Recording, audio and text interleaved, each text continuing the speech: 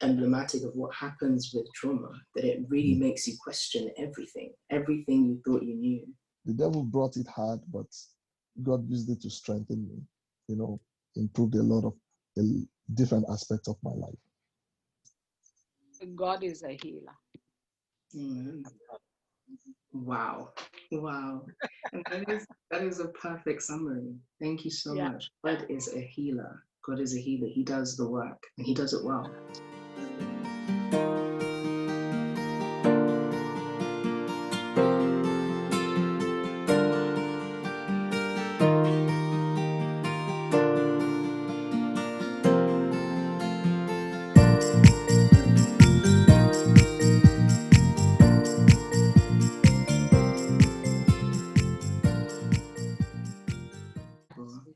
Welcome, ladies and gentlemen. Welcome to tonight's webinar, where we're going to be exploring the second part of our conversation. We've been talking about what it means to weather the storms of life. Last week, we spent some time looking at the experience of grief and bereavement and what that can mean for the person who is bereaved, as well as the people around them. And it was an incredible conversation. We had wonderful a wonderful précis of the background of Pastor Shea's experience, personal experience, and we reflected on that. We had some questions and answers. And some of the questions from last session, hopefully we'll be able to touch on today in some greater detail. But today we have another personal account from a minister of God, and it's going to be an incredible experience today. We believe in Jesus' name. Amen. Amen. I will just open with a quick word of prayer, and then we'll get to introducing our guests for today. Let's begin. Father, I thank you so much for the privilege that you've given us to be here, to sit at your feet and to learn from you. We ask, please, God, that you would open our eyes to great and mighty things that we do not know, that you would lead us into all truth by your Spirit, that you would show us your heart and cause us to be transformed by beholding you as you are. Align us with your will, align us with your purposes. Help us to be moved by what moves you. Help us to love as you love. And help us to know that you sustain us. You are the one that upholds our lives. Our times are in your hands. Thank you, God, for the privilege of being called your children. Help us to enjoy that in our webinar tonight and in the time that we have with you this evening. In Jesus' name, amen. So welcome again. It's lovely to see you all. It's great to have so many people on the call as well. And we have some amazing people that I would like to introduce to you. I'll start with our first panelist, who should be with us soon. His name is Pastor Eugene Adebayo Ajayi, and he is the overseer of Kingdom Synergy Alliance, who is bringing you this webinar today, actually. It's an organization built of many people from many spaces, many local communities coming together to see God's will executed amongst our various spheres of influence according to his greater plan for the end of times, to see the Great Commission lived out.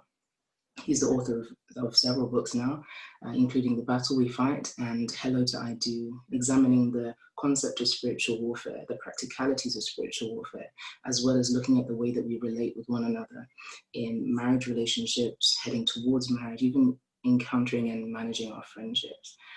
He plants churches, he raises disciples, he speaks and teaches. He's had over 20 years of ministry, and his assignment is to help us to reflect the pattern of the church and really come into formation as the body of Christ to begin to work in the world. It's a privilege to have him with us tonight. So welcome, Pastor Eugene. It's lovely to have you. Next with us. Thank you. You're welcome, sir.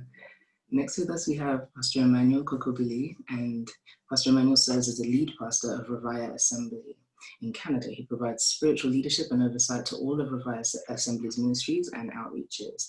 And he has a strong passion to see believers manifest their real identity as kingdom citizens and to reach their God-ordained destinies. He has an incredible story to share with us of his personal experience with God in life with human beings. It's going to be a pleasure to hear from him. You are very welcome, sir. Thank you for joining us tonight. Wonderful. And finally, we have Pastor Lydia Khalil, who is a minister, a qualified integrative counsellor. She's an honorary treasurer of Brent Bereavement Services and a volunteer representative. She's worked with a breadth of people across various spaces, including people who experienced the 7/7 terrorist attacks in London, as well as the residents of the Grenfell fire. She runs private practice, and she is an active participant in her local church community. She's an ordained minister, as I've said. She's a vocal supporter of equality for women in all aspects of life. And she's an inspiration. And it's a privilege to have you here with us, Pastor Lydia. Thank you so much for joining us again tonight. Wonderful, wonderful. Okay, oh, and yes, there's also me. I am the host for this evening. My name is Dr. Chinazam Nwokonkor. I'm a medical doctor, a psychotherapist and counsellor, a minister, a daughter of God, really, given to the healing of his people in spirit and soul and body. He works through me to really see his body come together as it ought to come together. I run private practice from London, but it's a global practice, and I serve as Director of Community Development for Love Limitless, which is a global women's organisation to support our growth and development as daughters of God. So it's a privilege to be here and to share this space with everyone tonight. Today we're going to be looking slightly differently at the concepts that we'd started to explore last week. We looked at grief and we looked at loss. And today we're looking more at trauma. And what I will do is just give us a brief introduction to the material. So trauma is a word that's very often bandied around in popular culture at the moment. It's so traumatic. Oh, that was terrible. It was so traumatic. But not everything that's painful or upsetting is traumatic. The word trauma comes from the Greek, and it literally means wound. A traumatic experience is something that cuts to the heart of who you are, of who you perceive yourself, your God, and the people around you to be. It's an experience that can shift and shake the foundations of your understanding of what you perceived reality to be. It usually comes from an experience of intense fear, where there's a fear of actual or perceived harm to the individual. And this can be anything from war to separation from family members to job loss. The same situation can yield very different results in different people, depending on the lens through which it's received. So trauma plays itself out in different people in very different ways, but generally there is a fundamental shaking. There is an understanding of the world that you had before the trauma and an understanding of the world that you have after, and they're different. And that really does kind of demonstrate the depth of the traumatic experience. So we're going to be speaking a little bit more today about what a traumatic experience can look like for a believer, what that can feel like, how that can be received by the Christian community, by non-Christian communities, to help us get some visibility on what really happens when people go through something that shakes the foundations of their houses. If we consider our lives to be as houses, what kind of things can cause us to question what we perceived to be reality, what we understood to be true and to be good? So those are some of the questions that we're going to be answering tonight, and hopefully that gives you some of a foundational understanding of what trauma is. Grief and loss can be a form of trauma.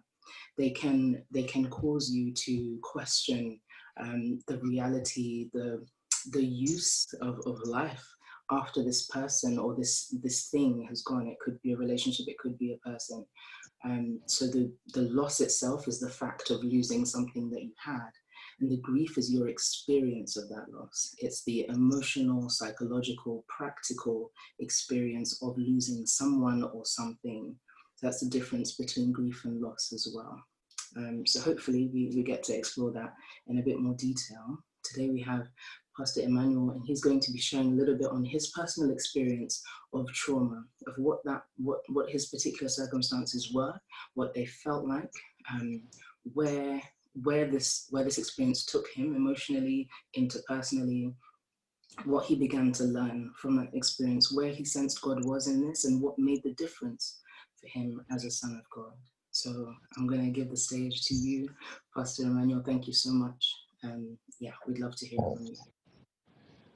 Well, thanks so much, for bringing me on. And,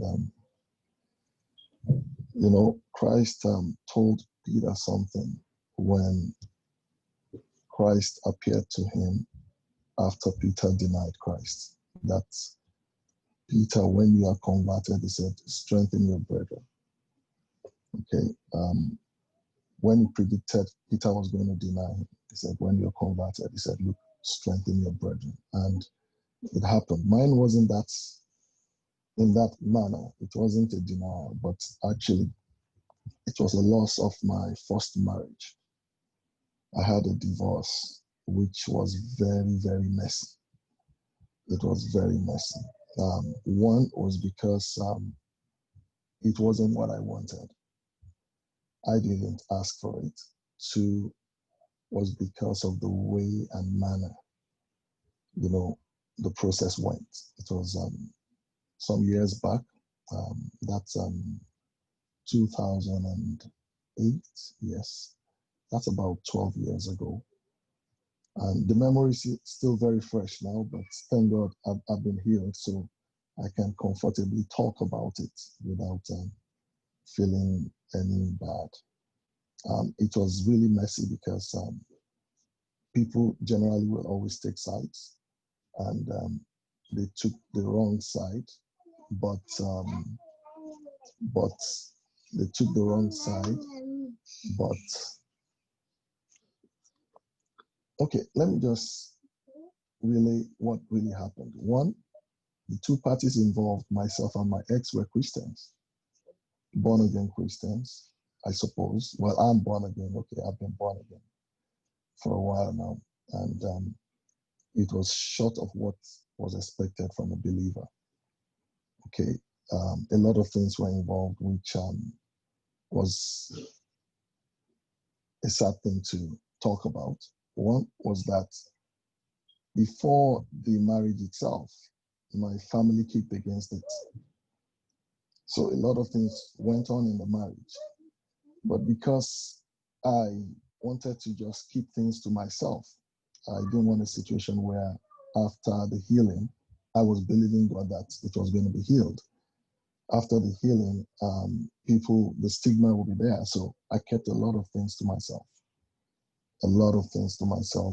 Abuse, apart from abuse, infidelity, and a lot of things. So I just kept all these things to myself. And I was a minister anyway. Even then, I minister outside, the church. I was involved with the International Christian Chambers of Commerce. I was the vice president intercession back then in Nigeria.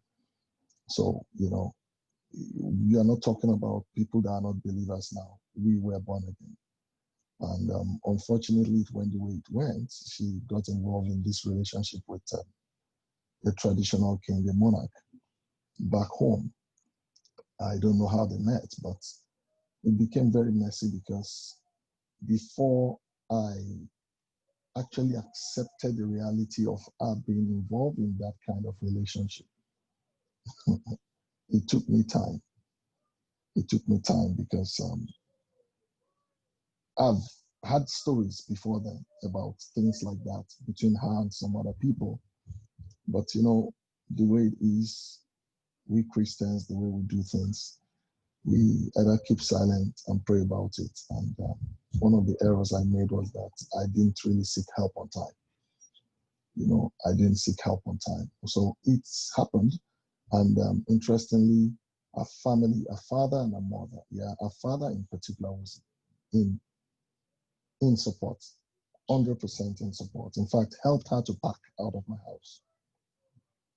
Okay, and then while my family was making effort for reconciliation, it was all effort in vain because their own side, of course, they knew it was a planned thing. It wasn't, so we're just making efforts in vain. I had how many children in the marriage? Three, actually. I still say three because the first child wasn't my biological child. It was ours, but I adopted her, which was one of the reasons why a lot of people felt, look, come on, what's wrong with you? This is not right. But I claimed, well, she's born again. So Everybody had a past, so why must ours be different? But unfortunately, it went the way the thing went in that direction. So when we were having all the crises that I could not disclose to people, I could not tell people what I was going through. I could not seek help. Yes, I couldn't. In fact, few of my friends who knew were even afraid to talk to me about it. Yeah, they didn't come out to talk to me about it. And so when it happened, and for a while, I kept it to myself because I wanted reconciliation. And I was from this very background where divorce was a no-go area, and the stigma that goes with it. In fact, after the divorce, I knew quite a number of pastors who stopped inviting me to their pulpit, you know, and then people took sides. Of course, she was a radio presenter then back in Nigeria, and she had the voice, and a lot of people just kind of believed our story. It took some people quite some time before they accepted that what happened wasn't my fault, because every story she cooked up added up. I mean, it was very clear, very, very clear. So when she left, okay, the father helped her to pack, and then they tricked me. The children had gone to the parents' place for holiday, so I didn't have my children around. She wasn't around anymore, and the news was faster than I expected. And surprisingly, my believing friends also deserted me. In fact, yeah, it was the unbelieving friends or unbelievers that were around that stuck with me. The believers were nowhere to be found because it was more like a stigma, right? Oh, and to some other quarters also, it was like they saw it as an opportunity to, to pick on me. It was like they were waiting for an excuse to just, and that was a very good one. And the news went around, different versions. In fact, I've been in places where people are talking about me without knowing I'm the one. Oh, yeah, it was that bad. I remember I attended a fellowship meeting, and then someone was talking and using me as an example. And my friend had to tell him, it's an auntie Ghana tapped him and said, "Oh, do you actually know the Coco Billy you're talking about?" He said, "Yes, of course, I know him." And he said, "Are you sure?" He said, "Yes." He said, "That's him sitting beside me." So that's just an example to tell you some of the things that happened in the course of the divorce, and then my recovery, was God. Sincerely, it was God. It was God. Because one time I remember taking to drinking, I just get myself drunk. I was very unkept. All my beards were very unkept. I mean, I was just the exact opposite of what people knew. So, and I remember many times I would park my car and trek distance. I'll just keep trekking, just walk, just trek this distance. I didn't have access to my children. I couldn't focus at work. My staffs were busy running the office, but I just couldn't do anything. It was, I lost my identity, all right? It disabled me, okay? Disabled me, paralyzed me. And also I felt imprisoned. I felt imprisoned. I was locked in all kind of guilts. I was a dying on. A lot of things were going on. I had sleepless nights.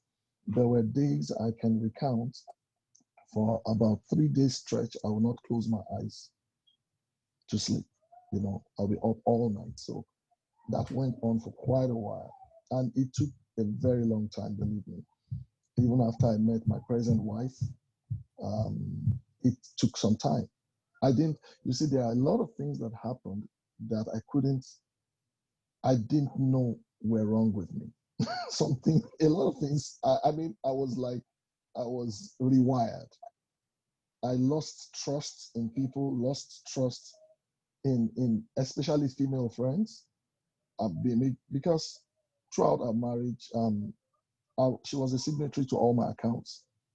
I don't know how money comes into our hands. I wasn't interested. I was the one doing all the work and making the money. And then the story started going around that I wasn't financially responsible, and this story and that story.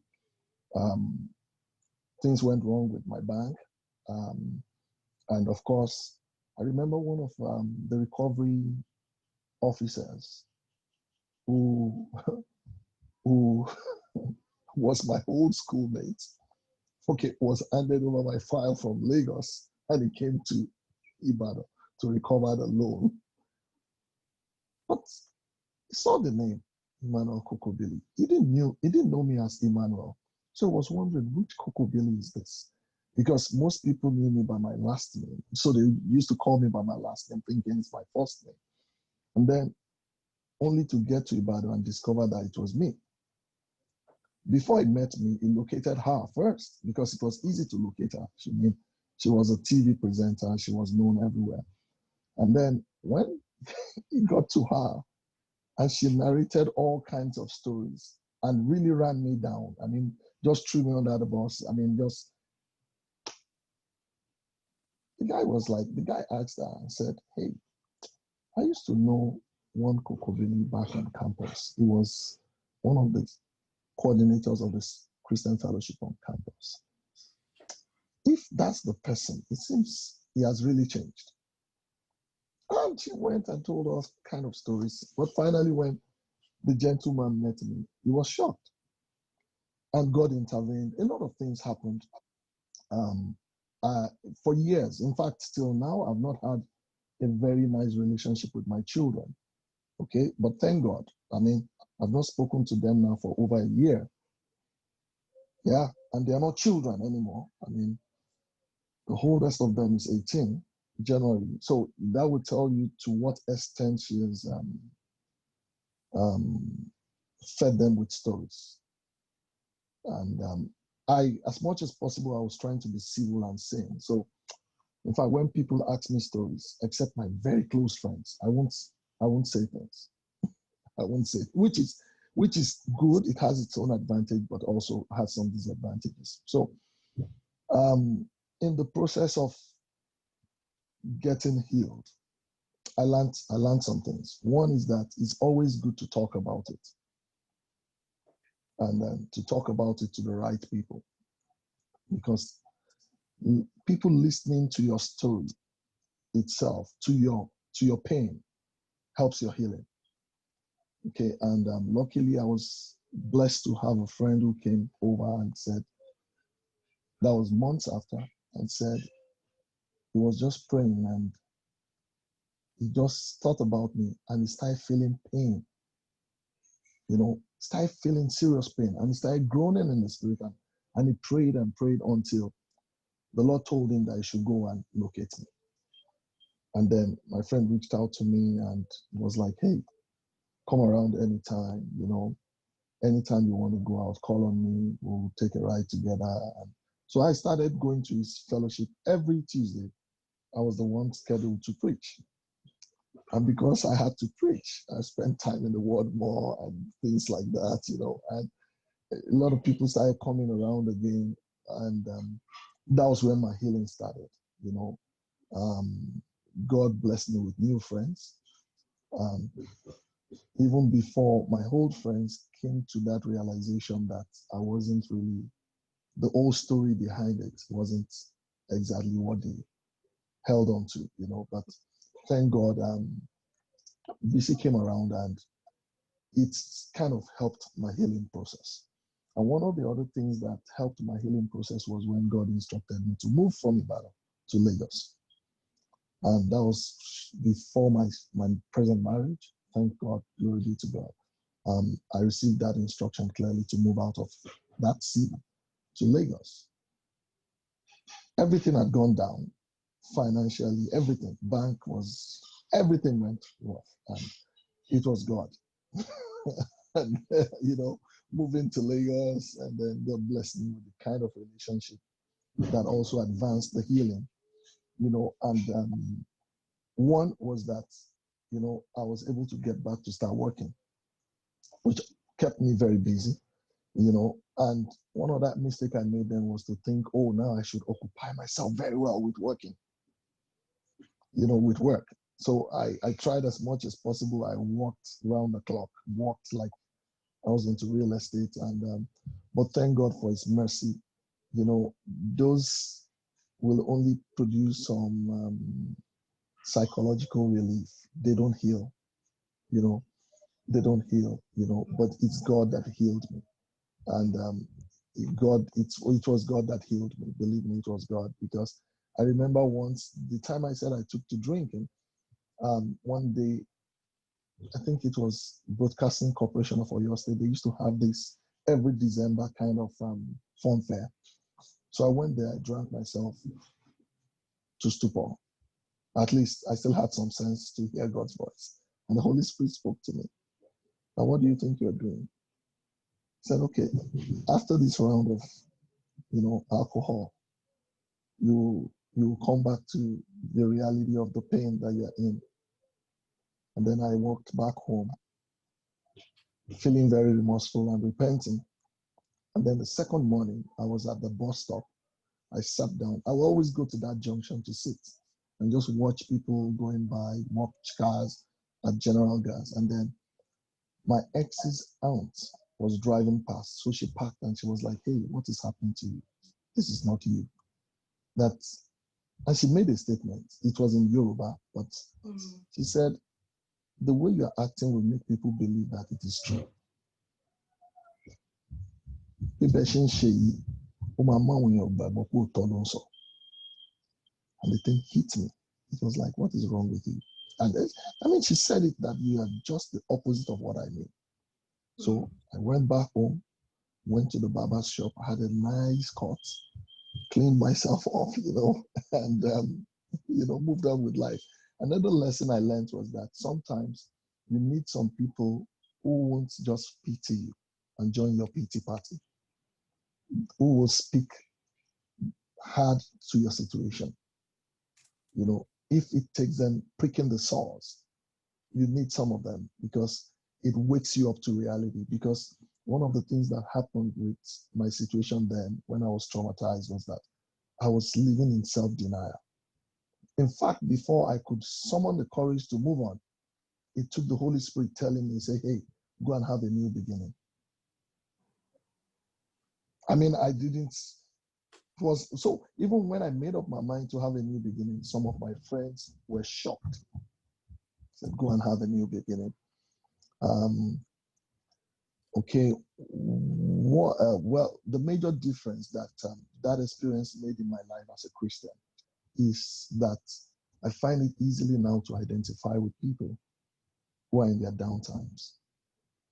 I don't need to listen to their story in depth before I could offer help. And the help I offer really is not just to bombard them with scriptures or prayers. Just listen to them. Just hang around them, and listen to them, and it's been wonderful after that, because thank God, the devil brought it hard, but God used it to strengthen me, improved a lot of different aspects of my life. Amen. Amen.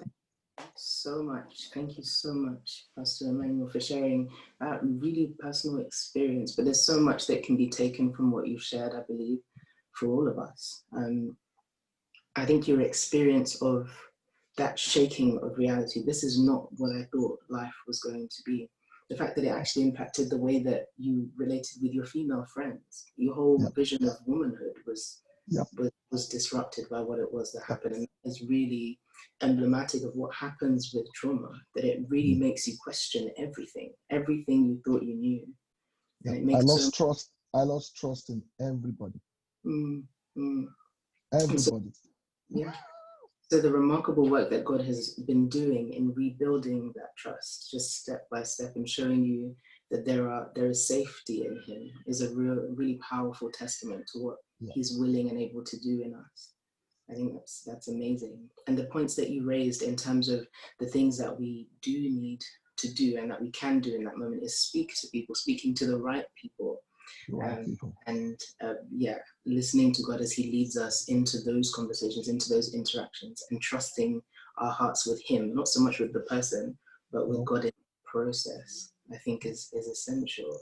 And then you said those people that are willing to challenge you, not just, okay, you know, I can see you're sad, it's very upsetting, but are willing to say, actually, does this reflect who you really are? Who is it that God says you are? And are willing to call you up and accompany you up higher. I think that's wonderful.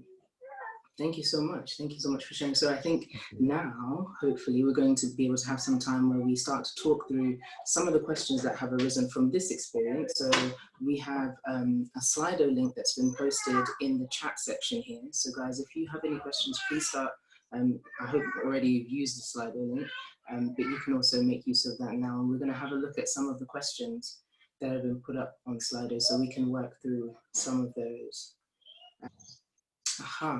So these questions, let's take them not just to refer to grief and loss, but also just to the fact of traumatic situations, and we'll put them out to the panel as they come. So when grieving, I've been told several times by Christian leaders to snap out of it, don't grieve too long and move on, stop beating myself up about it. This is a statement, but it is also a question. I'm guessing it's saying, you know, is this right? Is this okay? We do have quite a few of these questions, and I think we'll probably have maybe 30 minutes. So I think succinct answers if possible. I know we all have a lot to share. So yeah, that would be wonderful. And can I just put this question to Pastor Emmanuel? What are your thoughts on Christian leaders kind of instructing people when they're going through traumatic experience to don't grieve too long, move on, snap out of it. Come on, you can. There are two sides. If I'm going to answer, there are two sides. I'm picturing something now. One is that some people actually need to snap out of it, like what happened to me. Okay, you need to be very direct, you know, especially people who are so, you know, they invite people into their pity party. You know, you need to tell them to snap out now. And I think also because I was more spiritually matured, so I can filter and relate with some things easily than a young convert. But for a young convert, I will not handle it like that because the guy will find solace in the people in the world. Okay. For a young convert, I think it's time for the body of believers to really hang around him or her. You know, one of the things that happen in such situations is that you want to isolate yourself. Okay, because distraughts are setting a lot of things. You have inner battles, and you just don't want to transfer aggression on people if you want to be nice. On some cases, they just transfer aggression on people. So, in fact, the people trying to help also should be prepared for such aggressiveness. And you know, I've seen situations like that. Here in Canada, it's kind of different from back home in Nigeria. You know, you just see people transfer their aggressions on you. So you have to be prepared to know the situation the person is in, and with the help of the Holy Spirit and wisdom, identify with the person. All right. And then it's the level of maturity of that person that will determine whether you be very, very direct, or probably you have to be kind of diplomatic and nurse the pain with the person for some time, you know. So that's what I think. That's my own take on this. And you've raised a really important point there, which I'd like to put to you, Pastor Lydia. There's another question on the Slido, and it kind of asks, what is it that you do when you'd like to be there for someone who's saying they don't want you to be there? So it's a kind of pushing away in the moment of, in that experience of trauma and in that experience of pain. What do you do in that kind of situation? I think, just like Pastor Manuel said, when these things happen, because they're so powerful and so personal, most of the time the person feels nobody can relate to that pain. Yeah, nobody can get it. So in order maybe for you not to sort of demean my pain or try and make it okay, it's better for me to say, you know what, you need to step away from me so that I can actually be okay and be alone with my pain. But all of these things are timing, you know. There would be time that the person really needs to be alone because it's personal to them. They would need to work it out themselves internally. And then there'll be a time where we have to be the standby. I don't know if I talked about it this week or last week, where you are like the Holy Spirit. So you are there, but you are not there. So the person knows that you are there, they can access you. That means you're open. So if they take their aggression out on you, it's okay.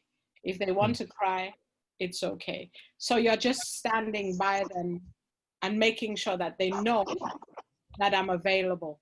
You know, if you want to be alone, okay, you'll be in the room and I'll be in the living room.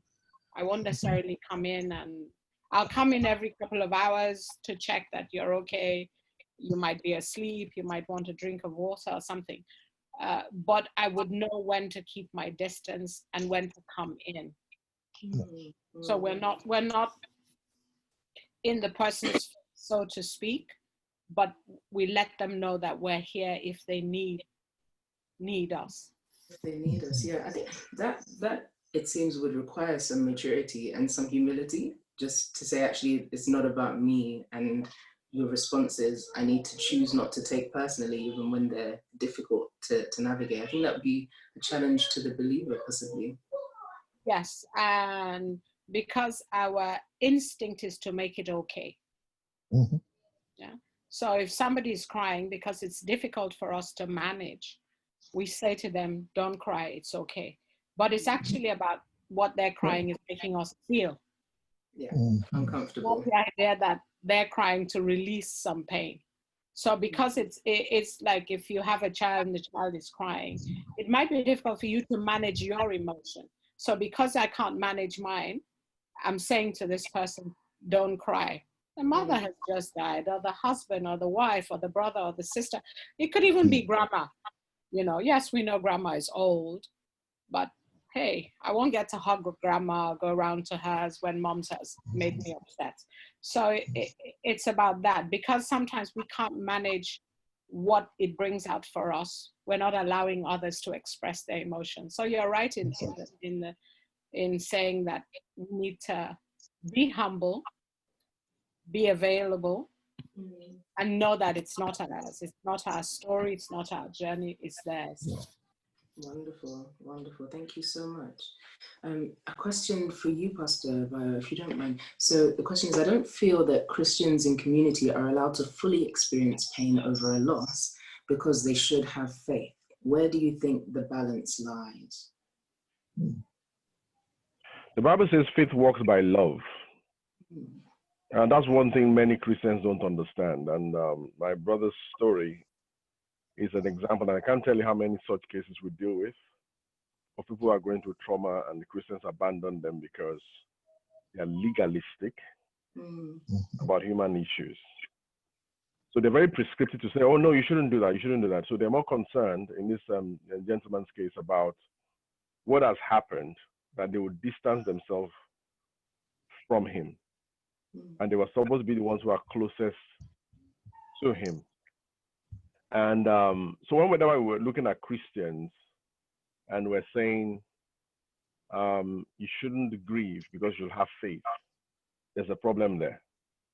The Bible says that we should mourn with those who mourn, grieve with them, grieve with those who grieve, and stuff like that. So it often simplifies the experience, because as Pastor Lydia said, so that we can make us comfortable in our own theology, or just the fact that we don't want to even deal with that situation. For instance, this particular events that we've run, many people want to come because they don't even want to contemplate that they could ever go through a loss. But a loss is a reality. We're going to deal with it at one point in time. So because you don't feel comfortable with it, and you're not able to empathize with the humanity of the other person, that's why Christians are going to say, Christians should not grieve. Of course, it's okay to grieve. So I'll probably say it's due to lack of knowledge.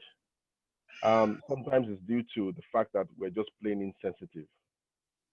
And I would say thirdly, when Christians say that they don't really have a depth of knowledge of God themselves. Christ cares about our pain. That's why the very first thing he said when he said the anointing came upon him was to heal the brokenhearted. So as Christians, this is how we know we're passed from death to life, that we love the brethren, not that we bang them on the head. So when people go through pain, I'm just basically saying we should be there to relieve their pain. Because Satan is the one that causes brokenness in our hearts. We're there to heal. And part of that healing is to let the soul, if it needs to bleed out in crying, let it bleed out. Be there for people. I was his friends, a friend loveth at all times, but brothers are born for adversity. So we should be there to provide healing. Well, anyway, let me pause there so I don't start the sermon. I hope that answered your question. That's fantastic. Thank you very much, Pastor Wyman. Okay, so I have a question for you, Pastor Emmanuel. Is it normal to go from being extremely devastated and distressed at a loss to going back to normal within a few months? What would you say to that?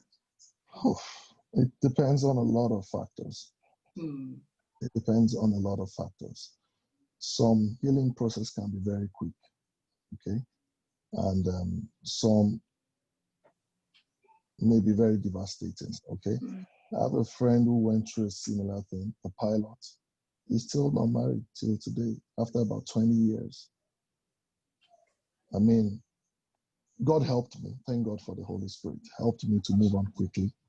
You know, I got married. I met my present wife a year and about some months after the incident.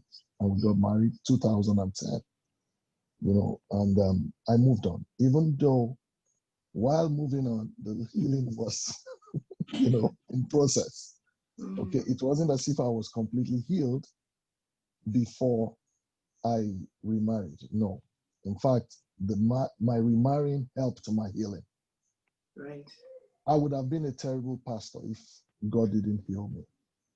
You know, so you can't fix a time lag and say, okay, it can happen in 1 month or it can happen in 10 months, and there are no 5 steps, 1 step, 2 steps, 3 steps to recovery.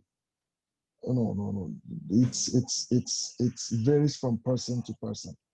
Your personality also, you know, can determine how long you will. Some extroverts are known to heal faster than very introverted people. Okay, so a lot of factors are involved, you know, but the bottom line is this. If you're trying to help someone that is traumatized, don't assume. Don't assume. I remember times when I felt I was healed until some things were sure for me to discover again that, hey, come on, you're still in the healing room, you know. So it's I'll be careful to say, okay, there are 5 to 7 steps, and then you can hasten your healing in 1 month, in 2 months. No, it's dangerous to do that. Let's put it in perspective, China. You're a medical doctor.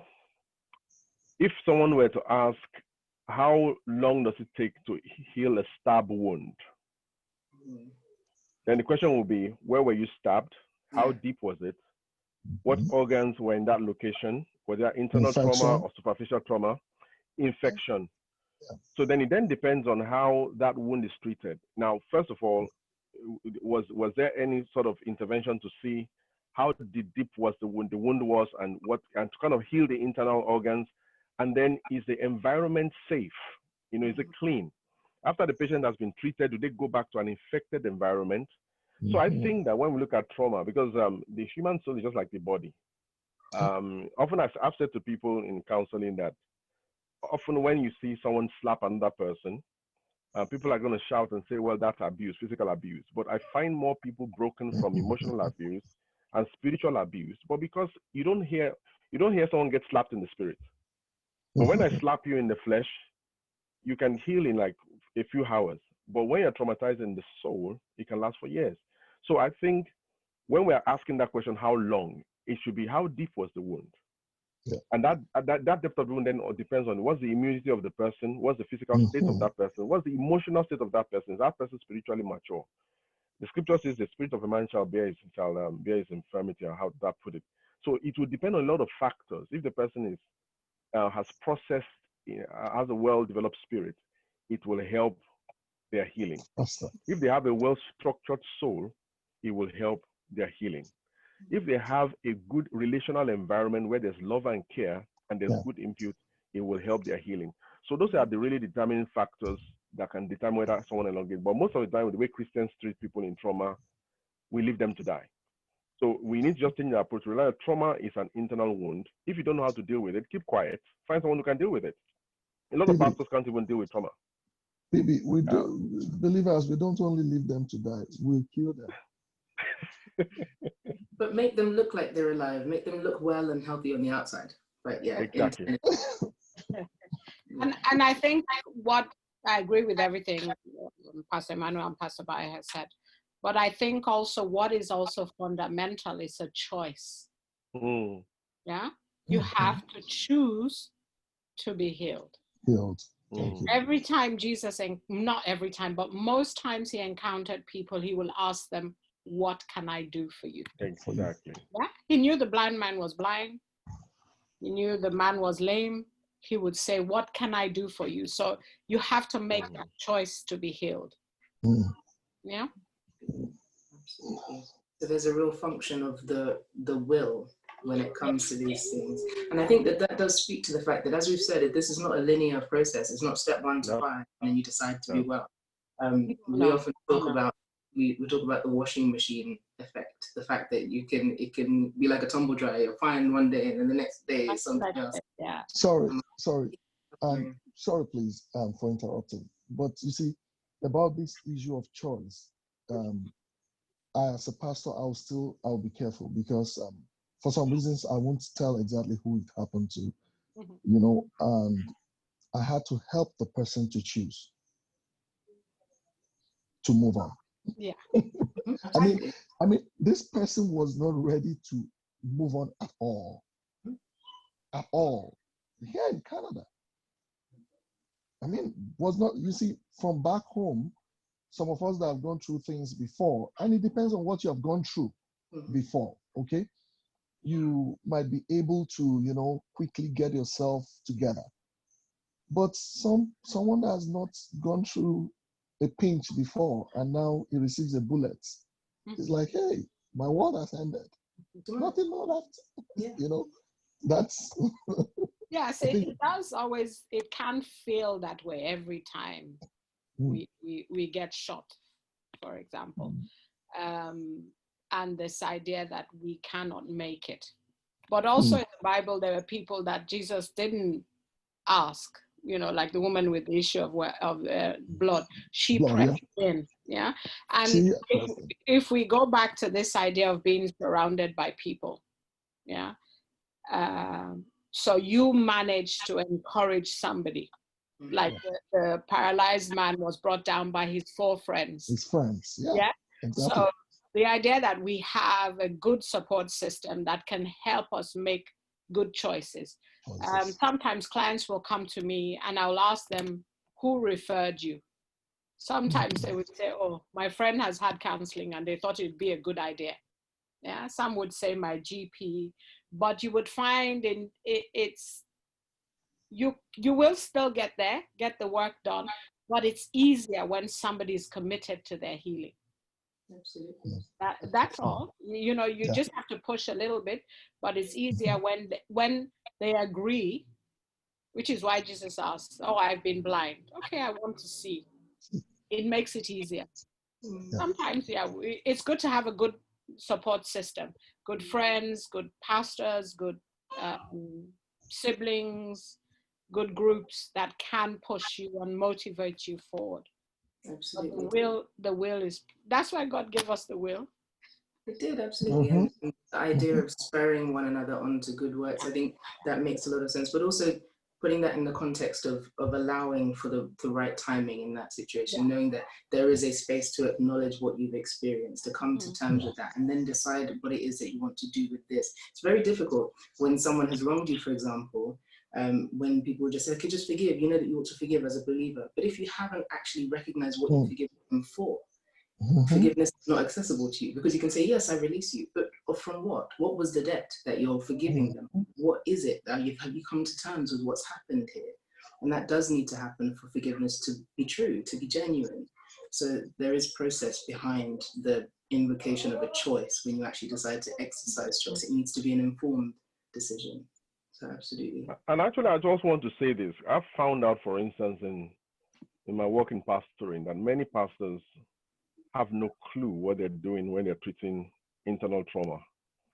And so they just read from a book. It's just like trying to treat a patient with tetanus and going on YouTube to find out what to do. That's what most pastors do. And that's why I actually feel that it's good within the Christian body for us to recognize those who are trained to at least recognize soul trauma. Now, most people who are trained to recognize soul trauma and deal with the counselors may not understand the spirituality behind it, which will be good. That's why we need more Christian counselors. But I think many pastors even are not even qualified to deal with stuff. So many times when I deal with people, I'll give them the spiritual principles. I will give them the counsel I can. I often send them to a counselor. I say, go and see a counselor, and let's work together. More or less like professionals dealing with the patient. So it's not safe for someone to just a pastor to want to be all, because sometimes you can't tell the level of trauma. Sometimes to deal with trauma, you have to open up those wounds. For someone to even know to forgive someone, they have to be in a safe place where they can open up to a point where they can unpack those, grief packets. And sometimes that takes a lot of, know-how. So I'm just saying that to just advocate that if you are on here, you're counseling people, the fact that you can make people feel better when they have a pinch doesn't mean you can cure them when they have a bullet. So we have to really be sensitive to people's trauma. When you see someone who's broken, his knee is broken, and their feet got smashed by a hammer, you don't just put a plaster on it. You refer them for specialist help. So we need to recognize that trauma has depth, and if we are not sure, we need to recognize the help of people who can. I just thought to put that in. That's wonderful, wonderful. Just being aware of our areas of competence and the limitations that we currently have, but understanding that God intends for his body to be supplied by that which every joint supplies. So it's not that it falls down to one individual to perform every function of the entire body. He provides grace through the relational kind of connections that we have. So that's wonderful. Thank you very much. There's a specific question here, and it says, in a traumatic family, I had a traumatic extended family dispute, and I want to let others know my side of the story so that they don't side with the attacker's version. Will this help, or will this worsen the trauma? What do we think? We only have the information here, so just based on this limited context. Well, usually I'll just speak generally principles. I like principles to say, well, this individual, because we don't know the context, we can't really advise whether it's good to write a letter or not. But from experience, when people ask me that kind of question, it's just that's the way they solve issues on their own chest. They have to get it out somehow. They have to speak to someone. But then sometimes when you're telling someone what they don't want to hear or they're not ready to hear, so writing a letter to that person may make your own chest feel lighter, but may actually cause more problems that's coming way back to you because you are sowing, you're giving, and you're going to receive. So I would say for such a person, the next action should be, should I talk to a counselor about this to explain the whole situation and see if I can get some wise counsel? Should actually be the question. Because we don't understand the context of what happened. Maybe you are the one that needs to change your perspective or your attitude. Maybe it's a lesson that the Holy Spirit wants to teach you. We don't know. So I think I would advise, why don't you see someone, if you're in a network of people who care for you and you respect their opinion, sit down with them, explain the whole situation, and they might be able to then provide you counsel. That'll be the best, my best advice. Well, thank you very much. In the multitude of counsel, there is safety. Just knowing that actually perspective may not be the only way to view the situation, and it helps to get some more context. So that's fantastic. Thank you. Another question here is, it says, how should ministers deal with grief? Should they take some time away from the church and their ministerial duties? I think this can apply to trauma in general, to grief specifically. But what should happen with ministers in terms of grief? Interesting question. So first idea, and so that I can split it, is that when people say church and ministry, one of the questions I ask is, what does it really mean? For some people, ministry is a job, yeah, it's a work they do. For some people, ministry is their context of relationships and actually the support system. There's a good thing that Pastor Emmanuel mentioned, that he began to heal when a friend of his said, "Hey, I prayed for you. Come over, lad. Come and share. Come and network with people. Come and release a gift from your spirit." And as his spirit is pouring out water, it was washing his soul. So it depends on the circumstance. Many times when we ask this question, very, very generic questions that will need very specific applications, is very hard. So in some cases, I'll probably say, well, if a minister is using the ministry to prop his grief and to cover up and not dealing with it, then for his sake, because of this program of healing, it may be wise for him to take time off. Yep. But I've seen a lot of Christians who just say, "Oh yeah, because that has happened, take time off." In what scripture did you find that? So many times, we can be very legalistic. So I would say it depends on the situation. If ministry for some is that's their community, that's a network. And I was asking someone, I said, if something happens to a mom or to a dad in a house, do they stop being mom or dad? Do they retire from mom or dad? But no, they may retire from elder duties, but if ministry is a context of family and succor, they can't retire from that duty. But if it is something that is, like a lot of people have platform ministries that it really is about the platform, it's about the show, and it should be just like if Trump messes up, all of us attack him. If it's that kind of ministry, then maybe they need to take a step back for the sake of the public that itself. So it's a very specific. It's on a case by case basis. It depends on what exactly is happening, what kind of grief, what kind of trauma, what kind of situation. That would be my thoughts. Lovely, thank you, Pastor Lydia. Your thoughts on this? It's always circumstantial. Let's say now a pastor's wife passes, for example. Are we saying that we expect him to minister on Sunday? That would be something that he would have to make a decision on if he feels this is what he needs to do. If he needs to step away for some time, maybe the partner or the wife had been ill for a while, and he's, when we pray for a long time and it seems like God didn't answer, the prayer, we might need to, sort of pull back a bit, because we see it all the time with Jesus. I mean, he wept and then went on to raise Lazarus from the dead. He knew he was going to raise him, but he still wept. So I think sometimes we don't like this word balance, and sometimes people can go back immediately back into work because it helps them hide, and then they can deny the pain that they're in, and then they're just carrying this brokenness with them that actually doesn't get healed because they didn't pause at any time to reflect. So it will be, I think, depending on where the person is in ministry. Sometimes the ministry cannot afford for the leader to step away. Correct. Yeah, he or she is a set person, and if they step away, the congregation is going to think, "Oh, my pastor doesn't pray." Yeah. This is the issue. This is this very, very scary issue. Yeah, that's the scary thing. The way that church has been kind of commodified, the way that it has been presented in this current, actually quite. It's detrimental because it places undue pressure on a single piece of the. Yes. That's not what God intended at all. It makes it I mean, we've seen it where actually the church unravels because something big has happened to the pastor.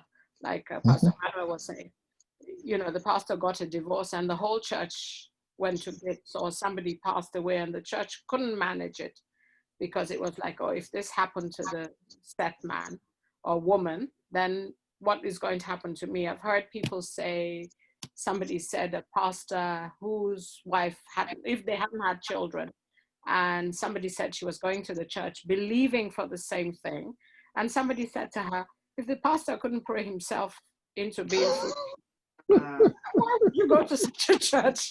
I mean, this is the kind of expectation and stuff that goes around in the body.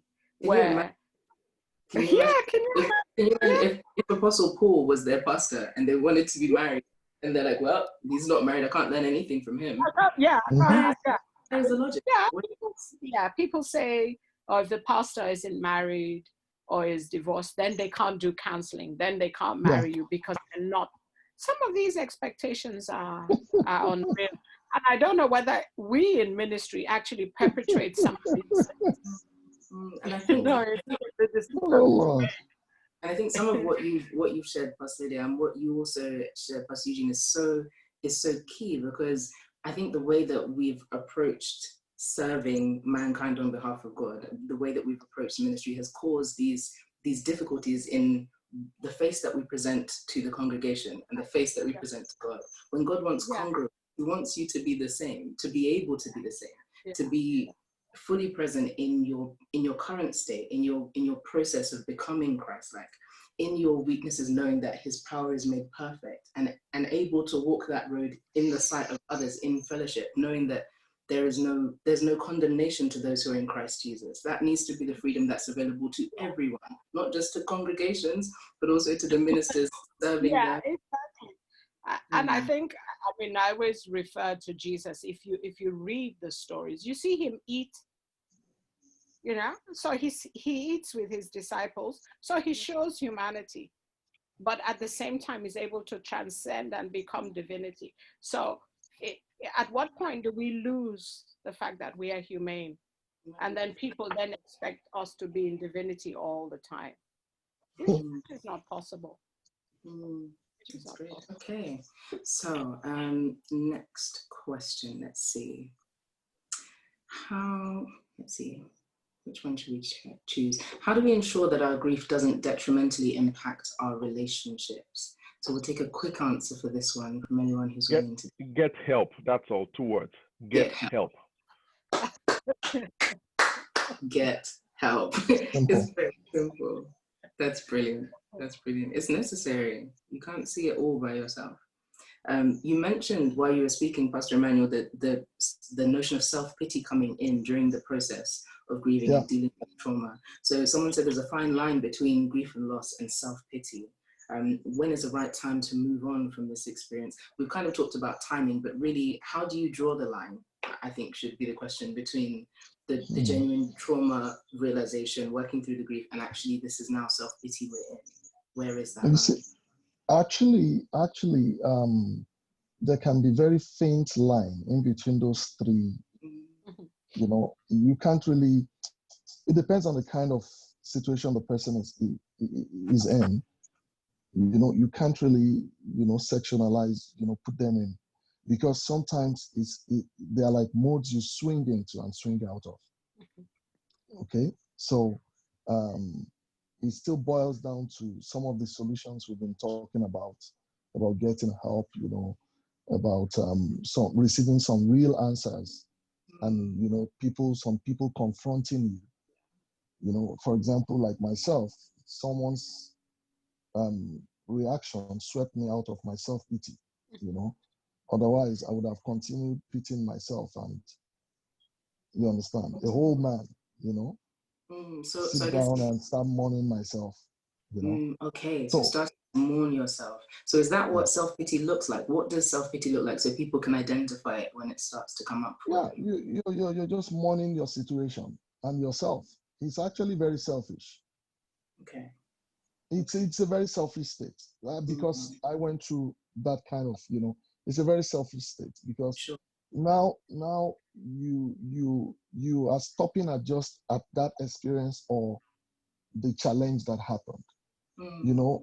You see, when you get out of that state, you see beyond that. You see yourself being a blessing to people. There are people, imagine the staffs I had then for months, about 6 months, they were working without salaries. That's wickedness. Just because Oga had divorce. You understand? You know, so sometimes you need some people to jack you out of that state. And really, you see, if it's hard to just fix it and say, oh, there's self-pity, there's grief, and because sometimes you just swing into these moods, you know, it's moods. You just swing into them. So you have to be conscious of it and know when you're swinging into those moods and know who to talk to. Right. After that, to the glory and to the praise of God, I had some friends who were very real with me. I mean, when all this, the devil starts speaking lies to my ears, or I meet people who are very negative and they speak the language of the devil to me, you know, and it hits me and it's trying to sink into my heart, you know, I know who to call. That is when I know the kind of friends to call at that point, because I didn't enjoy the defeat at all. I wanted victory. There are some people who are just like, they have the answer you need at that point, you know. And then when I call them or reach out to them and say, hey, can we hang out? Just within 1 hour, my mood will change. And I can be very honest and open. That helped me a lot. Yes. Because I discovered that what plunged me into that situation was because I was secretive. There were a lot of things going on which I wasn't saying out. And the people she was telling the lies to were quick to believe her lies. Right. So after that experience, I told myself, no, not again. Be real with yourself and be real with your situation. So I just tell my friend, hey, all right, this is happening. Or what do you think? Hey, I'm feeling very low now. Can you come and get me out of this house?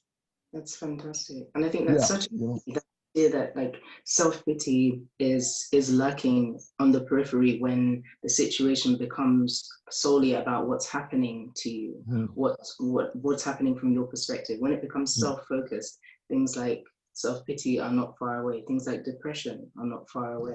Things like self-harm, coping mechanisms that are a form of escapism, like drinking, as you mentioned, or anything that will try to detract or distract from what's going on in the moment. I think those things have the temptation to try and resolve the conflict by illegitimate means. It's actually not healing. It's more it's like taking paracetamol for a fracture rather than actually dealing with the thing itself. And depression can be an attempted solution. It's like, oh, you know, you feel low because terrible things just generally happen, and life is just this way. You just have to manage it. This is just how it's always going to be. There is no hope. There's a voice that's speaking to the voice of God. Self-pity is saying, this is the worst thing that's happened to you, and clearly God doesn't see you. This is just your suffering. You know, you have to look after yourself. Okay, have that, you know, extra bit of chocolate, or, you know, go and spend time just partying with those guys, because why not? What else do you have to do?